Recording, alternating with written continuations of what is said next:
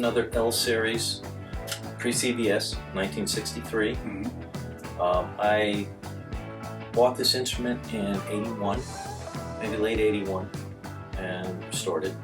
It was in bad shape, really, really bad shape. It had been stripped.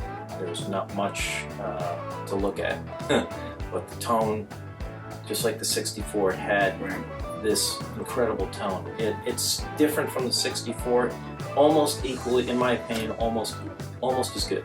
Some people would like this one better. I like the 64 better, but this is still a great, great instrument, and it's another one that I refer to many times, often.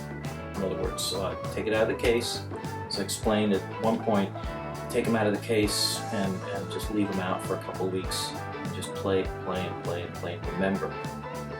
And this particular bass was in full rotation with my 64 back in the day. I would play the 64, I'd give it a rest, I'd take this one and play it out. So I was playing these two basses all the time. And very, very reliable, another very, very reliable bass. Again, just a little bit under the 64 as far as my desire for this instrument. The response is still really, really great. Really an excellent bass, but not quite. Not quite. Some people would argue that, and everybody has their opinion, and all, you know, they're all valid.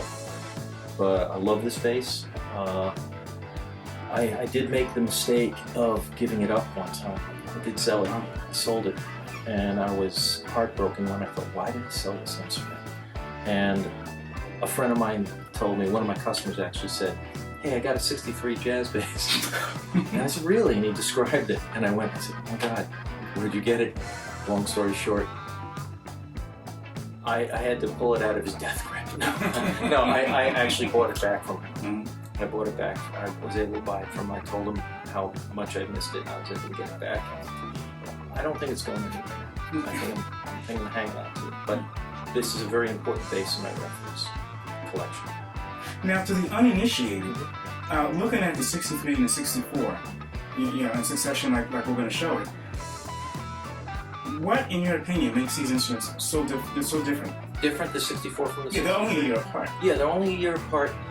This particular neck is really, really tiny. Really, I don't know if you can see it. It's really thin. It's a thin profile. Yeah, it's a thin profile, and even the headstock, it's very, very thin. It's I've seen them even a little thinner than this, but that actually affects the sound acoustically.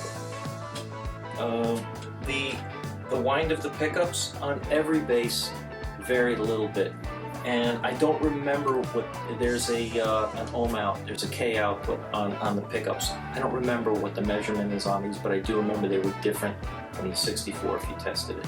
Okay. The weight of the body is a little different. This is just a tad lighter.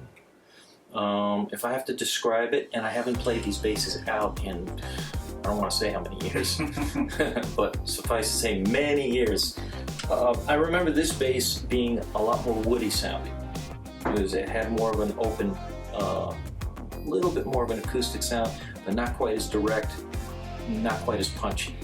And I like a little more direct, a little more punchy. Not that there's anything wrong with this. This is great too. Right.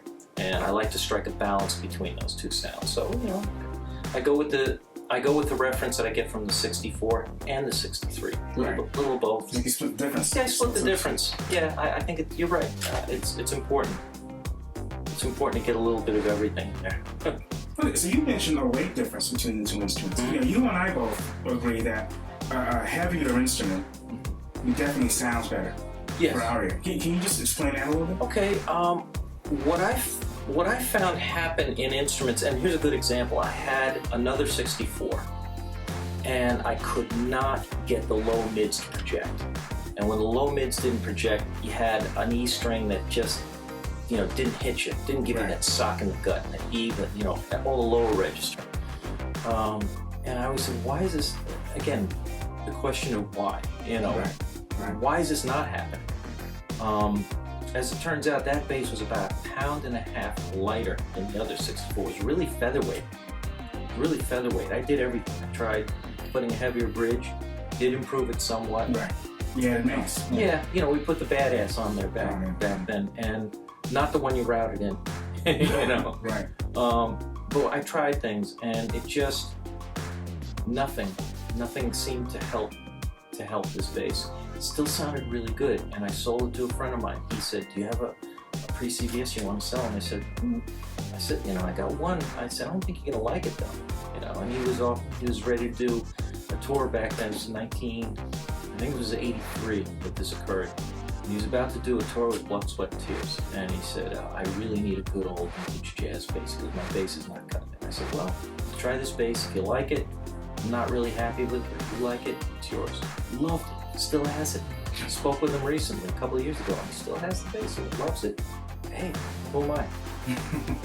Ever to each his own. Like it didn't have that immediate attack. Didn't have that punch. And it was great. So it goes to show that some people do like the lighter weight basses for something. To me, it scoops out too much of the important low mid that gets that bark and that punch and suck. This. Right. You know.